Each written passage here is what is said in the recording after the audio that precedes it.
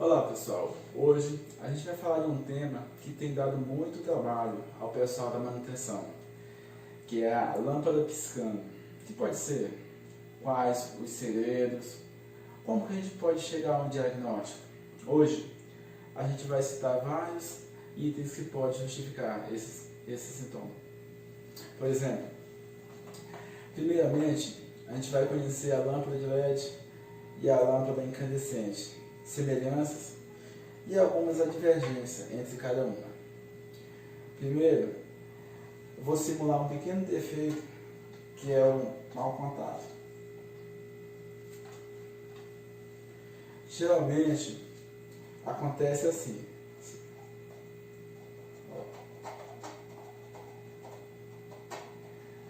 Só que em um brilho menor. Isso pode acontecer, o principal fator que pode acontecer isso, eu vou até tirar a lâmpada aqui. Toda lâmpada LED, ela tem um circuito eletrônico dentro dela. Por quê? Primeiro, esse circuito, ele transforma a corrente alternada em corrente contínua. Isso aqui é uma fontezinha de um carregador, só que faz a mesma função na lâmpada. Pega 220 e transforma em uma corrente menor, em uma voltagem menor. Todos esses componentes, eles têm uma função. Geralmente o componente desse daqui que causa esse mau contato, quando o defeito é na lâmpada, geralmente são esses capacitores. Eles não armazenam a carga no tempo certo. Aí quando você desliga a lâmpada, eles ficam liberando carga aos poucos. Aí fica naquelas piscadas. Só que isso é muito difícil acontecer. Não acontece assim de repente, mas pode acontecer. O que você pode fazer para saber se realmente é a lâmpada ou não? Primeiro, pega a lâmpada, testa ela em outro plug. Às vezes pode ser da lâmpada e pode ser no interruptor. Agora eu vou explicar como que pode ser no interruptor. Todo interruptor, ele tem o tempo de vida útil dele. E às vezes ele já venceu o seu tempo.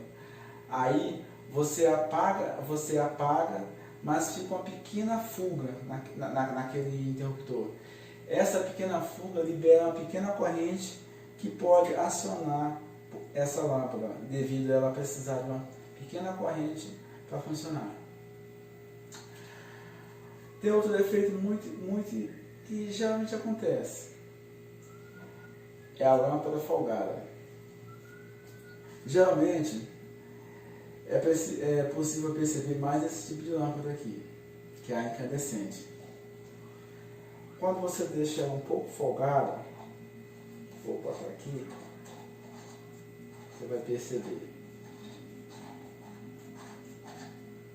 Acendeu.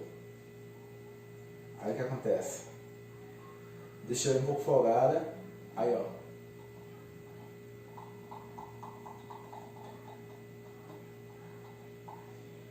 Isso pode acontecer, mas não é algo que acontece de repente não.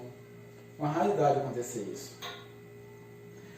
Então, segundo passo, depois que você trocou a lâmpada, colocou em outro plug, continuou o mesmo defeito, você vai passar para o terceiro passo.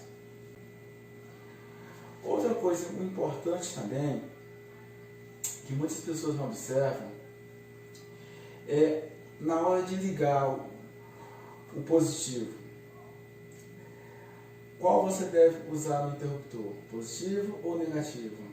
Às vezes as pessoas erram nisso. Acabam ligando o negativo no interruptor. E aquele positivo que ficou livre, ele fica circulando, procurando uma fonte negativa para fazer o seu ciclo de energia. E quando ele encontra, aí há uma pequena carga que joga na lâmpada e ela fica piscando levemente. Pode acontecer. E como pode evitar isso?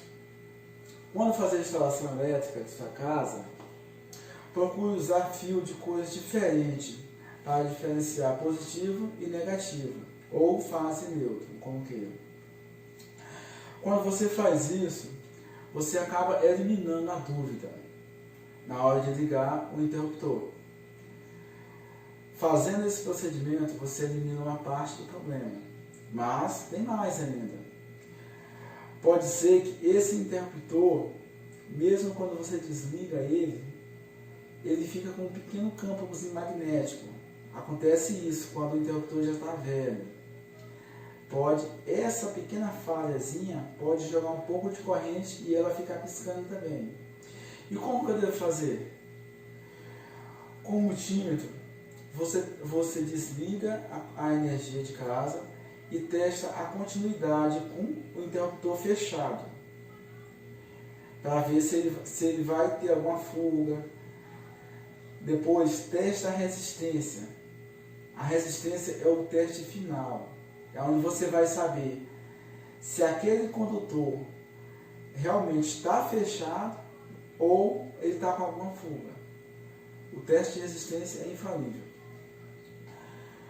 Fazendo esse teste, não descobriu o defeito ainda, vamos para o próximo passo.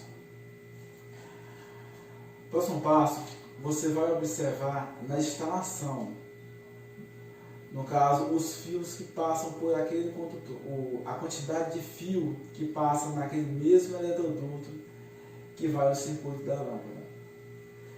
Uma coisa importante, que às vezes as pessoas não percebem, quando eu aumento a quantidade de fio por um condutor, eu estou gerando uma bobina. Essa bobina, ela vai excitar aquele fluxo de elétrons no circuito, ocasionando aquela piscada também. É uma raridade acontecer, mas quando eu uso em excesso, pode acontecer. Primeiro, por quê? Porque não vai estar passando só positivo, nem só negativo naquele circuito. Vai estar passando os dois, porque um vai chegar positivo e o outro vem o retorno para o negativo. Então, há uma indução magnética naqueles condutores, e essa indução, quando ela é num nível um pouco mais alto, o que acontece?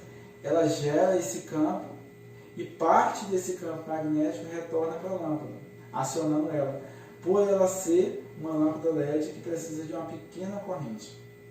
Isso não acontece com a lâmpada incandescente, primeiro por quê?